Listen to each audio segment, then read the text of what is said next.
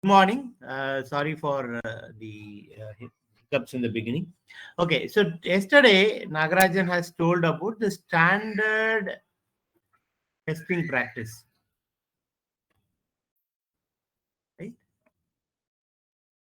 So the standard testing practice will be something like you start with the requirement study, right? You start with the requirement study, then followed by understanding the requirements,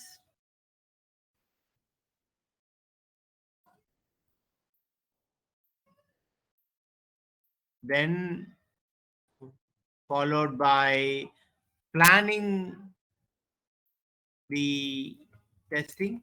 When you say planning the testing, you are going to write test scenarios, right? And test cases. What you will do, you will execute the test cases. So when you are executing the test cases, there is something called as a test case status where you will update whether the test case has passed or failed. Right? So when you are executing the test cases, you will have a case where you will say whether the test case passed or failed. So update test case status. This could be pass or fail. So when the test case fails, what will you do? When a test case fails, what will you do? I want people in the session to respond. When a test case fails, what will you do? So you will basically start with understanding the requirements. Then based on that, you prepare the requirements. Then you write so you will understand the requirements, and based on that, you will create the test cases and test scenarios. And then you will use the test cases to do the actual test execution. When you're doing the actual test execution, some test cases fail and some test cases pass. So when a test case fails, what will you do? You can use the QA box to answer. When a particular test case fails, what will you do? When a test case fails, what will you do? Right? So when a test case fails, you go and create an issue. Okay. Yesterday, Nagarajan told you that issue is also called as a bug. In some cases, it is also called as defect. Issue, bug, defect. Some companies call it as tickets. Whatever you call them, basically there is a deviation from the expected result and the actual result. So I expect something else to happen, but something else happened. In that case, I would basically go out and say this is a defect, right? Or this is an issue, or I would say it is a bug. Okay, so there are different ways in which it is called, right? Now, how do you raise a defect? You will raise a defect with details like what is the defect, when was it found, who found it, in which module you found it, right? What is the description of the defect? If there is any screenshot, you will capture the screenshot and apply. So this is the standard testing practice. This is the standard testing practice. Now, in this, there are certain areas where we have to improve our skills. For example, test cases. How can we define better test cases? Here, in today's class, we are going to talk about how can we arrive at better test cases. Writing, writing better test cases. You are already told how to write better test cases. So what you do is, for example, if there is a requirement, from the requirement you will first initially write the uh, test scenarios. 1 minute. Okay, I think I haven't shared the screen. I don't know. Nobody told me that also. Anyways, fine. Sharing the screen now.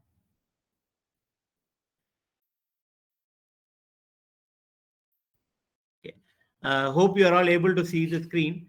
So yesterday, Nagarajan had clearly defined these steps, right? So in order to do a standard testing practice, we will go with the requirement study and we will understand the requirements.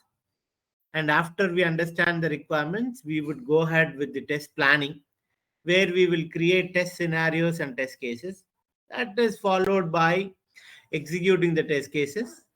And when you execute a test case, the test case might pass or fail. So when it passes, when the actual result matches the expected result, then it is a pass. When the actual result does not match with the expected result, then we would say it as a fail. So whenever a test case fails, we would log a defect for that. Okay, and we could call that as a defect. We could call it as a issue. We could call it as a bug, or we could raise a ticket, whatever it is. Okay, so basically these tell you that there is a deviation between the expected result and the actual result. So when you log a defect, you would basically, so whenever you are logging a defect, there are certain things that you should consider. You should give a proper description to that. Okay, you should give whatever explanations are required. Then you should also give the steps to reproduce. How can I reproduce this defect? I have a defect. How do I reproduce this defect? Right? So that is another important step that you have to give, because if you don't say uh, reproduce how to reproduce the defect, right, then the development team might not be able to understand how to reproduce the defect. Let me tell you a very interesting story. When I was this is a story, like, at least 15 years back. Okay, so I was working as a tester in, in one of our client organization. It was very new to testing. Not very new, but kind of new to, 1 or 2 years experience in testing. Talking about 16 years, or maybe 17 years back. So we were working on a product. Okay, it's a very niche product, and the client is a huge American-based organization. It's a very popular organization. I don't want to name it. It's a very big organization. So we have developed a software for them. Okay, it's a web application. So we developed a software for them. And when we developed a software for them, we followed the same process. We followed, understanding the requirements, then we wrote the test cases, then the development team developed the software, then we tested the software, and we finally said the software is good to go, and then we released the software. Then this client was using it for some time, and after a few days, one of the client sent an email, right, or he raised a defect. Okay, so usually so we have a system where the clients can raise a defect. So the clients can also raise a defect. So usually, whenever we deliver a product to the customer, we will give them a provision to raise defects. So whenever they face a problem, they will raise a defect. For example, now, say for example, you are using some app. Let's say maybe you are using WhatsApp or Facebook or something like that. If it doesn't work properly, what will you do? You will go to the Play Store and give comments, right? You give the comment, hey, this is not working fine, it is not working fine. And then the developer, if they are willing, they will try to fix it. Similarly, when a software is released to the customer, we will constantly engage with them to understand if there are any defects. So one of the customers sent a defect saying that my application is crashing. The application is crashing whenever I'm drinking Coke. See, just understand, right? So he said, my application is crashing whenever I'm drinking Coke. Now, this is not a defect. We were all surprised. how can an application crash when you are drinking Coke? So we thought it was a joke, and then we left it. Then 2 days later, he sent a defect. Hey, I raised a very important issue 2 days back. I said my application is crashing when I am drinking Coke, and you did not even respond. He was angry. Then we set up a call with him. We say, "Are you sure? Are you serious?" He said, "Yes, I'm damn sure. Whenever I'm drinking Coke, my application is crashing." Then this is how can it be possible, right? There is no way the application will crash when you are drinking Coke. We wanted to understand, right? So there is no way we can correlate, right? நான் Coke குடிக்கிறதே application வந்து crash ஆகுதுன்னு if somebody tells, then I don't have a answer to it, right? There is no way your application and the Coke are connected. We were puzzled. We asked him. So in order to buy time, we asked him, "Are you sure? Is there any security cameras in your office? And if is Coke allowed? Is it allowed for you to drink Coke inside the office? Maybe because you know." Because it's a violation and your company is sending some signals to your computer and crashing it. We don't know. So we were just trying to, understand what was the issue. I said, no, no, it's allowed. Even on Fridays, we are allowed to drink beer. So it is not it's allowed, right? So we kind of were very puzzled. Then the developers started looking at the log file. I was just a tester. I didn't do anything. I just observed. I'm just telling you what happened. So the developers looked at the log files because there is no other way we can reproduce it. So we also, so he even said, I tried drinking coffee. It is working fine. He said that. See, because when Coke was issue, I tried drinking coffee. So whenever I'm drinking coffee, nothing happens. Only when I drink Coke, this problem happens. Now we were puzzled. We don't know what to do. So the developers started looking at the log and they kind of figured out what was happening. Okay. Now, can you take a guess what was happening? Can you take a guess what was happening? Why was the application crashing when he was drinking Coke? Can you take a guess?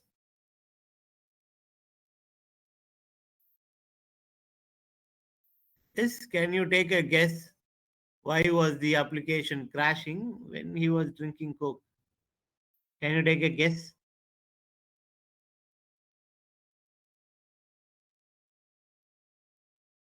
Yes, I'll give you a minute. You can answer in question on answer box, or maybe if you want to talk, I can unmute you. You can tell me how you want to do it. Just take a guess.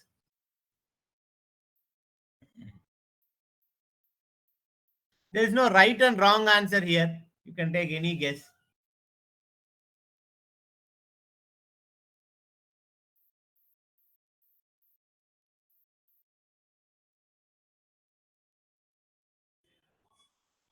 There's nobody.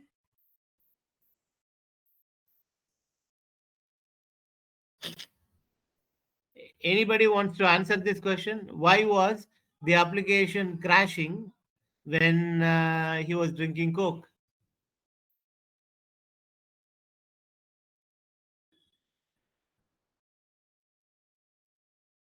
Okay. I could see a lot of people in the class, but I don't see anybody even attempting to answer. Okay. Okay. So nobody wants to answer.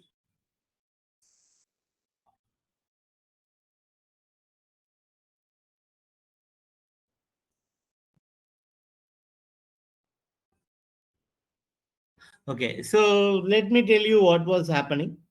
Okay, because nobody was interested in answering this question. Let me answer it myself.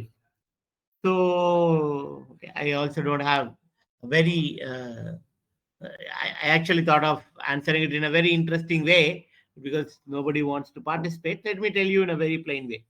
What happened was the the Coke vending machine was in the 11th floor of the building, and this fellow works in the second floor of the building. So whenever he goes to uh,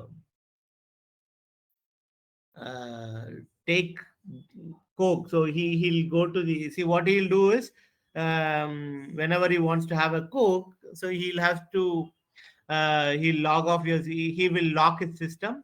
Then he'll go wait at the lift, and he'll go to the 11th floor and get a Coke and come back. By that time, what was happening was it was more than 15 minutes. Because it is more than 15 minutes, the session times out. Have you ever seen of session timeout? Has anybody seen what is session timeout? What is session timeout? Can someone answer what is session timeout?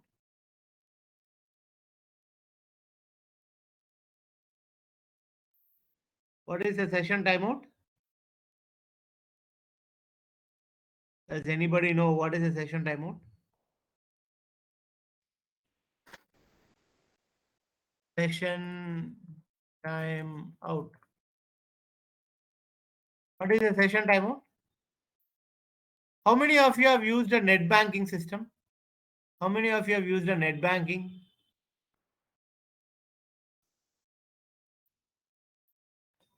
Can you raise your hands if somebody of you have used net banking? Ah, okay. Mara. ಕೈ ತೂಗಿರ್ತಾನೆ. Okay. So, so what is a session timeout? What is a session timeout?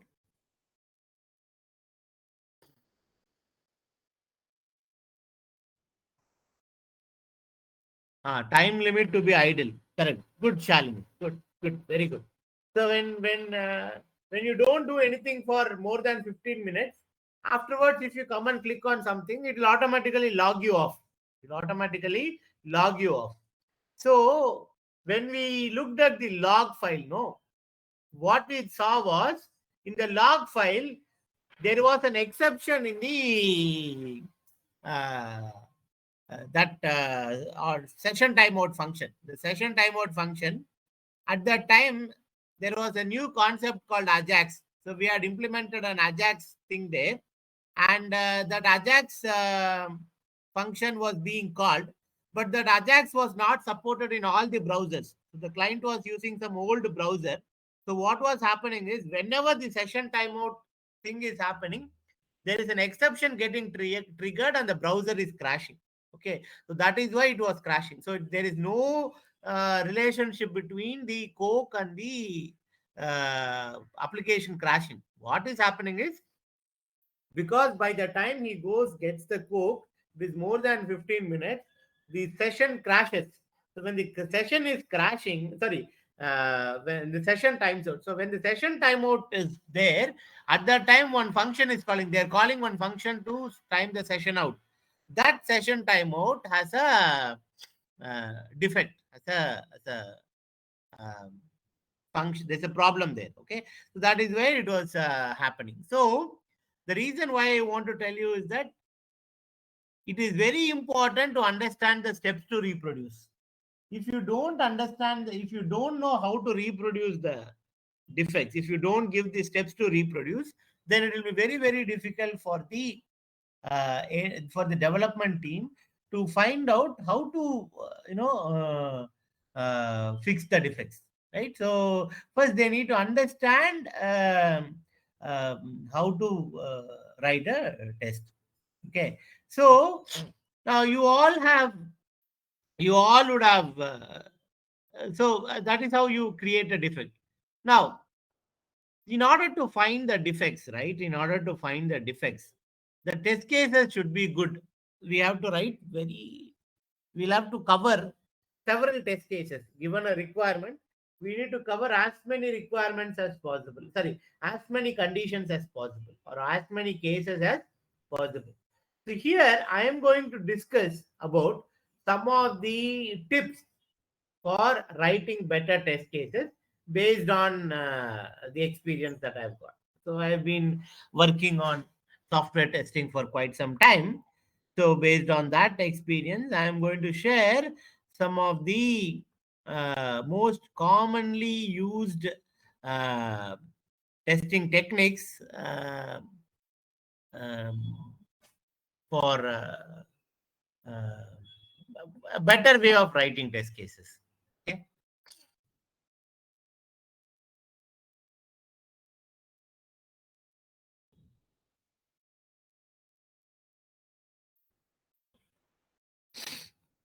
So usually, if you just go ahead with the basics, right? So we all know what is a test cases. Okay. So there is a standard format in which the test cases are written. Correct?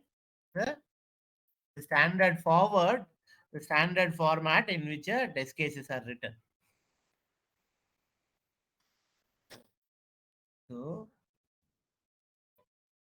I mean, you could use an Excel sheet to write test cases, or you can use some softwares to write test cases. For example, there is a software called uh, Quality Center. There's a software called Jira. Okay, there's a software called Jira. There's a software called Mantis. These are all softwares for writing test cases. So to basically understand, a test case is a set of conditions used to evaluate a software product and determine whether it complies with the business requirements. A poorly constructed test case can, so if you write a test case badly, okay, a poorly constructed test case can result in significant flaw leakage, or it is also called as defect leakage. Defect leakage. What is the defect leakage? Can somebody tell me what is a defect leakage? Hmm. I mean, based on the word, can you tell me what does a defect leakage mean?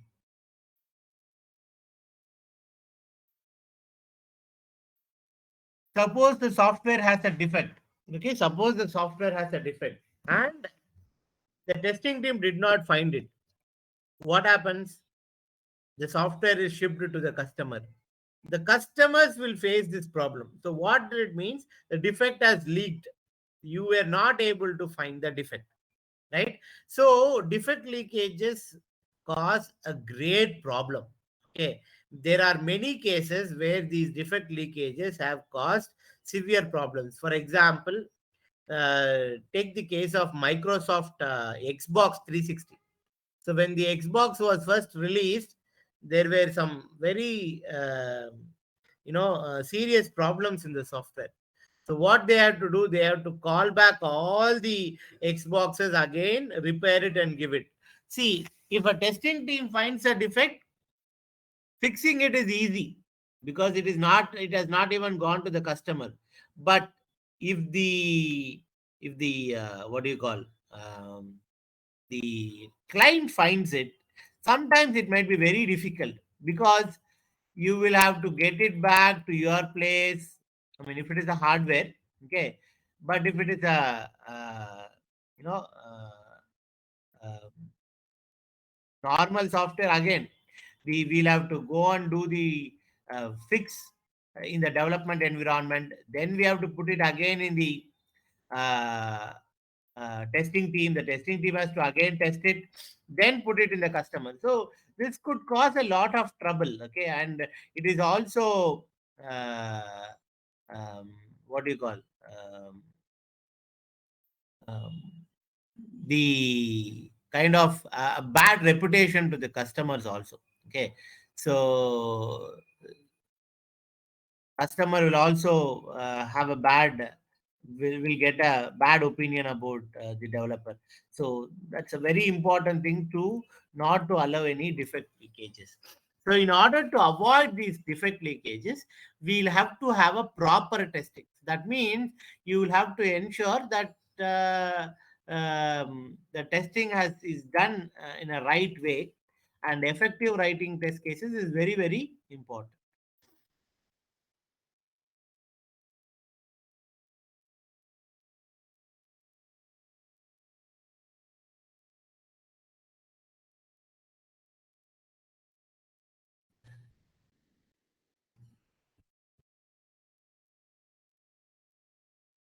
Okay, so if you look at a test case, usually these are the headings in a test case. Okay, Nagarajan has already showed you how to write test cases in an Excel sheet.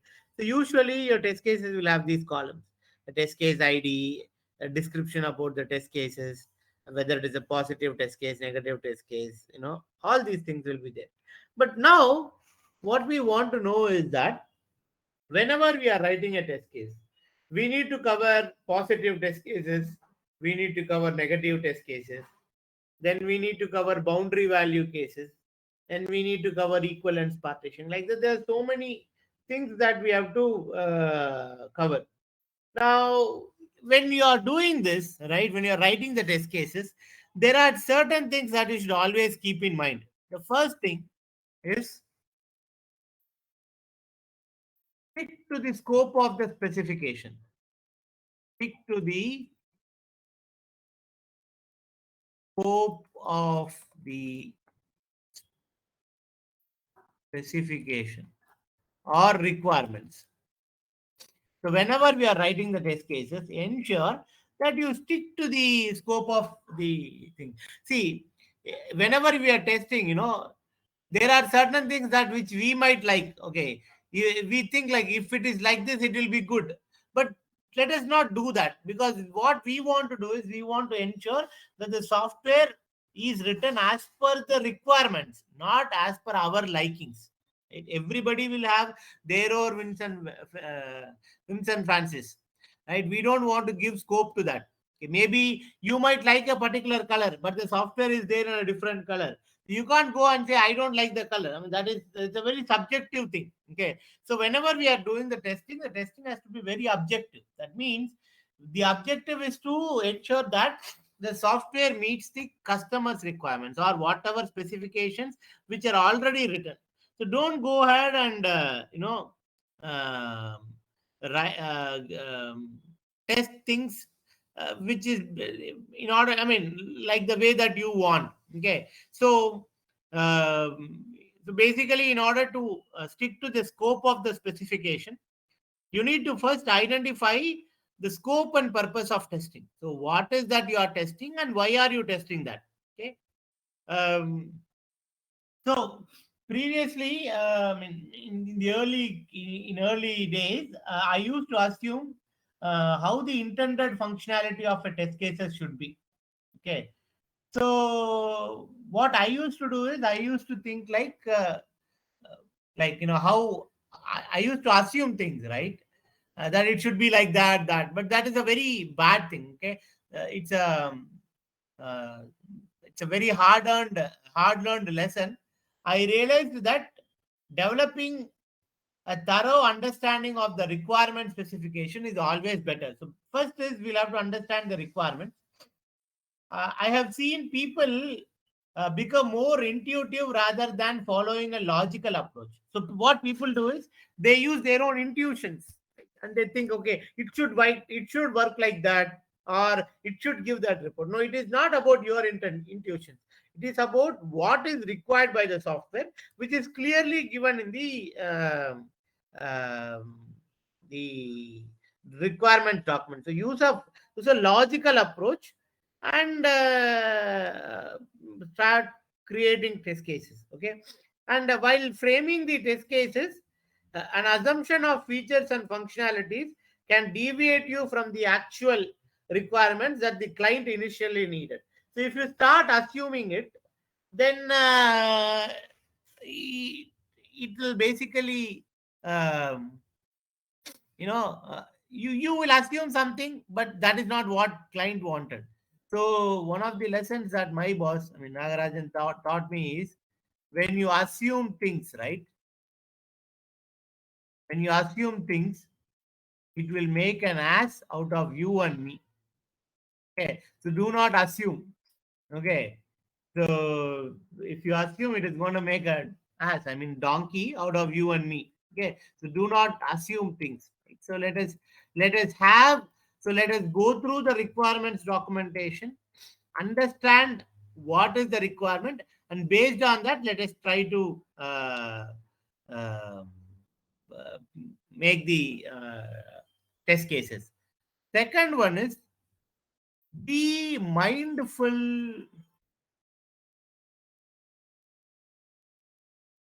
of the product updates. Okay. Now, see, what happens is sometimes we might have created, sorry, we might have created a requirement documentation. Based on the requirement documentation, I would have created a test cases. But later, when the client and the project managers have a discussion, they might come up with new requirements or they might make some changes. So always be mindful of what changes have been taken in the document and update those and update your test cases based on those updates. Okay. So it is critical to follow the software requirement specification, and the software requirement specification has a version. Every time they make a change, they will change the version number. Ensure that your test cases are written to the latest version of the SRS. So mm, what I'm trying to tell you is that, suppose you have written a test cases for software version 2.1, but afterward there has been a discussion between your project manager and the client, and they made some changes, and now the software version is 2.3. So ensure that the you are writing the test cases for the recent version of the requirement and not for the old one. Okay. So and moreover, there might be certain features which are removed. Okay, some requirements might be removed also, right? And then you should not go back and say, "Hey, you have not done this." Then actually, the point is, I mean, it is already uh, not there. Okay, and another thing is, write to the point description.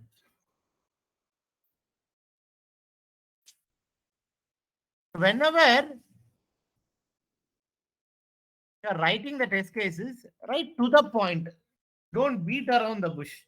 Now, although we have been taught to write the answers, right? In our schools and colleges, lengthy pages and pages, the actual industry is not like that. We want to the point. Okay, my boss always says, whenever you are creating a PowerPoint, okay, each slide should have only 6 sentences. And one sentence should not contain more than 6 words. Period. So imagine, though we have been taught for 20, 21 years to write long essays, but when it comes to the actual industry, what we want is 6 lines per slide. So whenever we go for a presentation, it's a standard rule. Maximum, if it is a half an hour discussion, maximum 6 slides, right? Each slide should have 6 sentences, and each sentence should have a maximum of 6 words. That's it. So you will have to be very pointed. So writing pointed test case description is very important. Do not beat around the bush. Okay, a test case description is vital for relaying the root cause of the bug, and it must contain the steps to reproduce. So, um, so sometimes what we might do is, whenever we are writing the sorry test case descriptions, we might mix up some steps or we might jump some steps. Now this is going to create a problem because you know how to do it, but the person who is reading it might not know how to actually use it. So you have to write very pointed descriptions. Fourth one is, put yourself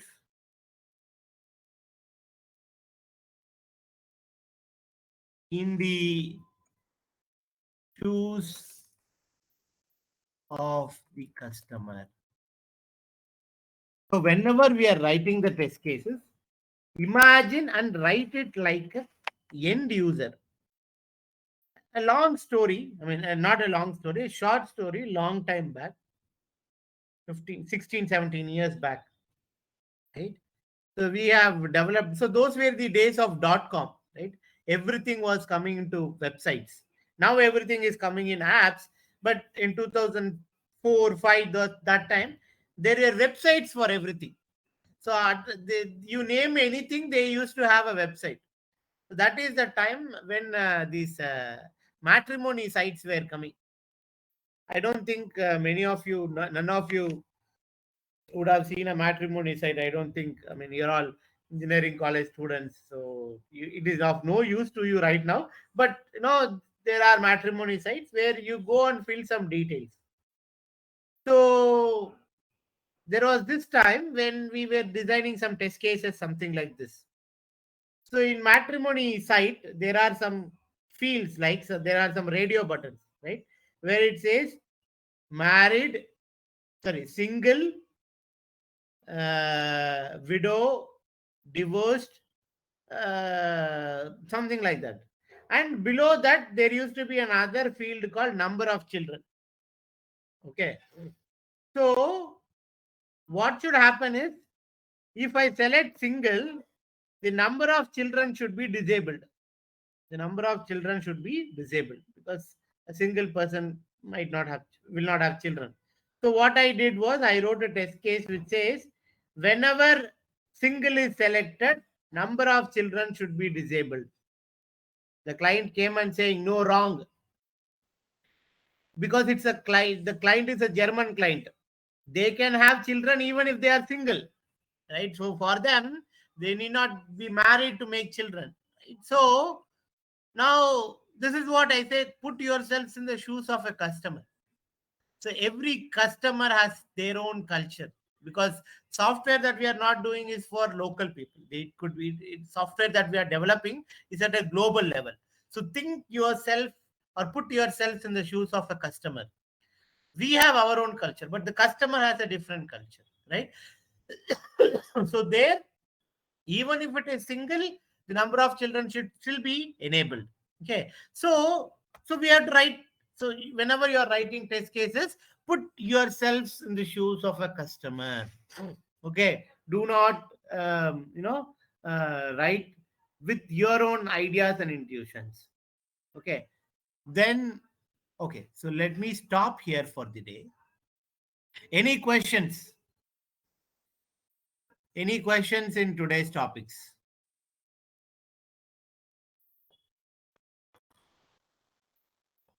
Any questions? Um, Karthik, you can stop the recording.